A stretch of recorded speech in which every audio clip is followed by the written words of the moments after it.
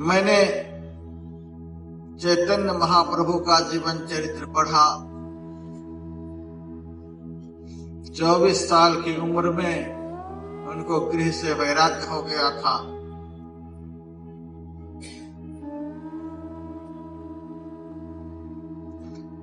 उनकी 2 शादियां हुई थी। पहली शादी में उनकी पत्नी समाप्त हो गई थी। फिर उन्होंने दूसरी शादी की। दूसरी शादी में जो पत्नी हुई उसका नाम था विष्णुप्रिया। जब चैतन्य महाप्रभु पत्नी को मनाकर, अपनी मां को मनाकर संन्यास धारण कर लिए, घर छोड़कर बाहर चले गए, तब विष्णुप्रिया ने एक संकल्प ले लिया, जब तक चैतन्य महाप्रभु का हमें दर्शन नहीं हो जाएगा तब तक हम मंत्र जप कभी भी नहीं छोड़ेंगे। वे तो हमें छोड़कर चले गए, हम मना भी नहीं किए, अच्छा काम के लिए जा रहे हैं। धर्म पत्नी का यह धर्म बनता है। पति यदि धर्म के मार्ग पर चले तो उसको कभी मना नहीं करे, प्रोत्साहित करे। जो पति को धर्म के मार्ग पर चलने में प्रोत्साहित करती है उसको धर्म पत्नी कहते हैं, और जो पति को धर्म के मार्ग पर चलने में हतोत्साहित करती है उसको पत्नी कहते हैं। और जो अपने पति को धर्म से सदैव वंचित कराती रहती है, अधर्म में ही लगा करके रखती है, उसको नारी कहते हैं। नृणाम अरिहि इति नारिहि, नर के दुश्मन को नारी कहते हैं। वह नर का दुश्मन है जो अपने पति को सन्मार्ग पर सद प्रेरणा सतत नहीं देती रहती है और न प्रेरित करती है और न अधर्म से वंचित करती है, उसको पत्नी कहते हैं। और सदैव सन्मार्ग पर प्रेरित करते रहने वाली को धर्म पत्नी कहते हैं। विष्णुप्रिया धर्म पत्नी थी।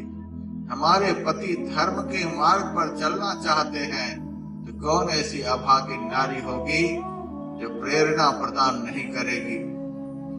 चले गए कोई बात नहीं, हम यहीं से अपने पतिदेव का दर्शन करते रहेंगे, यहीं हम पति का चिंतन करते रहेंगे और कभी न कभी हमारे पति भजन में पूर्ण होकर हमारा भी उद्धार करने के लिए यहाँ आएंगे। उसके लिए हम यह अनुष्ठान करेंगे, जब तक उनका दर्शन नहीं हो जाएगा तब तक नाम का सुमरन कभी भी मेरा नहीं छूटेगा। विष्णुप्रिया 24 घंटे में एक ही बार भोजन करने का संकल्प ले लिया। अपने हाथ से अपना भी भोजन बनाती और अपनी सास का भी भोजन बनाती। लेकिन बनाती कैसे? चावल को एक थाली में निकाल लेती, दूसरी खाली थाली रखती, एक चावल को उठाती और एक बार मंत्र का जप करते हुए खाली थाली में उस चावल को रखती।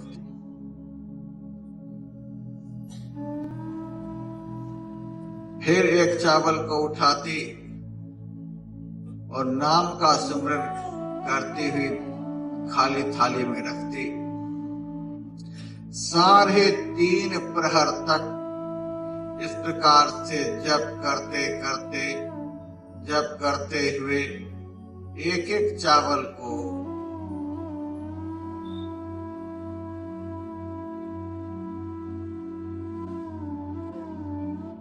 भोजन के योग्य बनाती, उस चावल को फिर पकाती।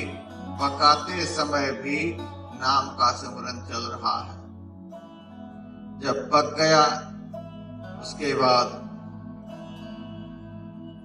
अपनी सास को भोजन ग्रहण कराती और उस चावल में से एक ग्रास चावल ही वो खाती। एक ही बार मुंह में लेकर के फिर दोबारा मुंह में नहीं डालती। इस प्रकार से कई साल तक विष्णु प्रिया ने नाम का स्मरण किया। एक तो चैतन्य महाप्रभु ही स्वयं कृष्ण भगवान के अवतार माने जाते थे और पत्नी का ऐसा सहयोग मिला। पत्नी के भजन प्रभाव से, पत्नी के नाम सिमरन के प्रभाव से भजन में अति शीघ्र ही चैतन्य महाप्रभु को पूर्णता प्राप्त हो गई। इन्होंने अपने पति के भजन के लिए जल्दी से जल्दी वे भजन में पूर्ण होकर मेरा भी कल्याण करने के लिए यहाँ आए, ऐसा भाव मन में लेकर विष्णु प्रिया नाम का सुमरन दिन रात करती रही। जप करते करते, सुमरन करते करते अपने पति के मन को भजन में ऐसा लगा दिया कि थोड़े ही काल के बाद चैतन्य महाप्रभु भजन में पूर्ण होकर न जाने इतने बड़े तीव्रतम सन्यासी, जिन्होंने गृह त्याग के बाद गांव का, नगर का, शहर का, स्वजन संबंधियों का मुंह नहीं देखा था, कट्टर सन्यासी थे चैतन्य महाप्रभु। और वे वापिस आ गए, अपने गांव में आ गए। लेकिन गांव आने पर उनके मन में हुआ, सच्चा सन्यासी वह है जो अपनी पत्नी का मुंह जागृत में कौन कहे, स्वप्न में भी नहीं देखता। स्वप्न में भी यदि सन्यासी को नारी का चिंतन हो जाए तो सन्यासी का पतन हो जाता है। इतना बड़ा सन्यास व्रत होता है। चैतन्य महाप्रभु महासन्यासी थे। गांव तो चले गए लेकिन अपना घर नहीं गए, नारी का मुंह देखने के लिए नहीं गए। एक पेड़ के नीचे बैठ गए। कुछ लोगों ने देखा, अरे ये तो वे ही महापुरुष हैं जिन्होंने वर्षों पूर्व गृह का परित्याग किया था। चारों ओर से नगर के लोगों ने देखा। बड़े आदर मान सम्मान के साथ उनके चरणों को धोया, सुंदर आसन पर उनको बिठाया, भोजन कराया।